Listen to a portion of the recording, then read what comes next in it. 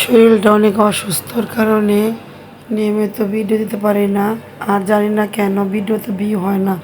আসসালামু আলাইকুম, সবাই কেমন আছেন? আশা করি সবাই ভালো আছেন। আমি আল্লাহর মতো ভালো আছি। প্রতিদিনের মতো নতুন একটি ভিডিও নিয়ে আপনাদের মাঝে হাজির হলাম। সকালে আম্মা বাজারে গেছিল, বাজার থেকে কিছু সবজি, মাছ, মাংস নিয়ে আসছে। আর ইদানিং আপনার ভিডিও দিলে হয় কি, আপনার ভিডিওতে কোনো প্রকারের ভিউ হয় না, শুধু লাইক একটু একটু হয়, কমেন্ট বেশি পড়ে। জানি না কেন এমন হইতেছে, শুধু উপরওয়ালাই বলতে পারবে।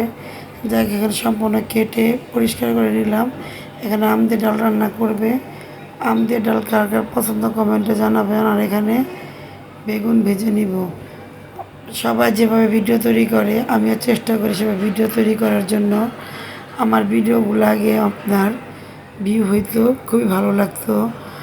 যাই হোক, এখানে সুন্দর করে বেগুন ভাজার পরে এখন পটল দিয়ে রুই মাছ রান্না করে পটলগুলো ভেজে নিব।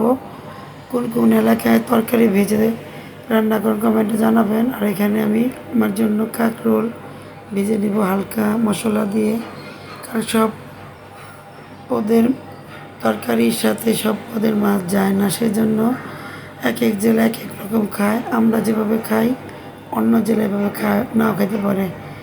জায়গায় এখানে প্রথমে পেঁয়াজ, কাঁচামরিচ, স্বাদ মতো লবণ দিয়ে ভেন্ডিটা ভাজি করে নিব। কম বেশি সবাই ভেন্ডি ভাজি করতে পারেন। আর এভাবে ভেন্ডি ভাজি করলে ভেন্ডি ভাজিতে কোনো প্রকার আপনার ওঠে না, বীজল ওঠে না। অনেক সময় দেখা যায় ভেন্ডি ভাজি করতে গেলে আপনার পিছলে পিছলে হয়ে যায়, সেই ভেন্ডি ভাজিটা ঝরঝরা হয় না। আর অনেকে ভেন্ডি ভাজিটা কী করে রেখে দেয়, যত ঢাইকা দেবেন ভেন্ডি ভাজি ততটা পানি উঠবে। আর যখন নাড়াচাড়া দেবেন তখন দেখবেন একটু পিছলে পিছলে ভাব আসে। জায়গায় যে পটলগুলো ভালো করে কষিয়ে ঝোলের পানি দিয়ে দিল। আর ঝোলটা এখন বলক উঠে গেছে।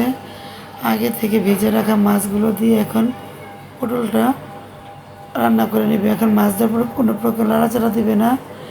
এখন ধনিয়া পাতা দিয়ে তরকারিটা নামিয়ে নেবে। কমেন্টে বলবেন কেমন হয়েছে। এখন হালকা ঝাল দিয়ে একটু আমার জন্য কলিজা ভুনা করবে। এখানে সব পদের মশলা অল্প অল্প করে দিয়ে কলিজাটা ভুনা করে নেবে। কলিজাটা ভালো করে কষানোর পরে হালকা জলে পানি দিয়ে সুন্দর করে চুলার মধ্যে বসিয়ে রাখবে। আর এখানে হাতে মেখে আপনার গুঁড়া মাছ চচ্চড়ি করবে। সামান্য মরিচ, পেঁয়াজ, টমেটো, স্বাদ মতো লবণ, আদা বাটা, রসুন বাটা দিয়ে ভালো করে চটকিয়ে নেবে। চটকিয়ে এখন সামান্য পানি দিয়ে বসিয়ে দিল। এখন এই মাছগুলো দিয়ে সুন্দর করে বেশি করে দিয়ে ধনেপাতা দিয়ে নামিয়ে নেবে। তো যাই হোক, আজকের ভিডিওতে কী কী করলাম, কতটুকু রান্না করলাম আপনার সাথে শেয়ার করলাম। তো আজকের ভিডিওটা এখানে শেষ করবো। সবাই ভালো থাকবেন, সুস্থ থাকবেন, ভিডিওর পাশে থাকবেন, লাইক কমেন্ট শেয়ার করবেন। আসসালামু আলাইকুম।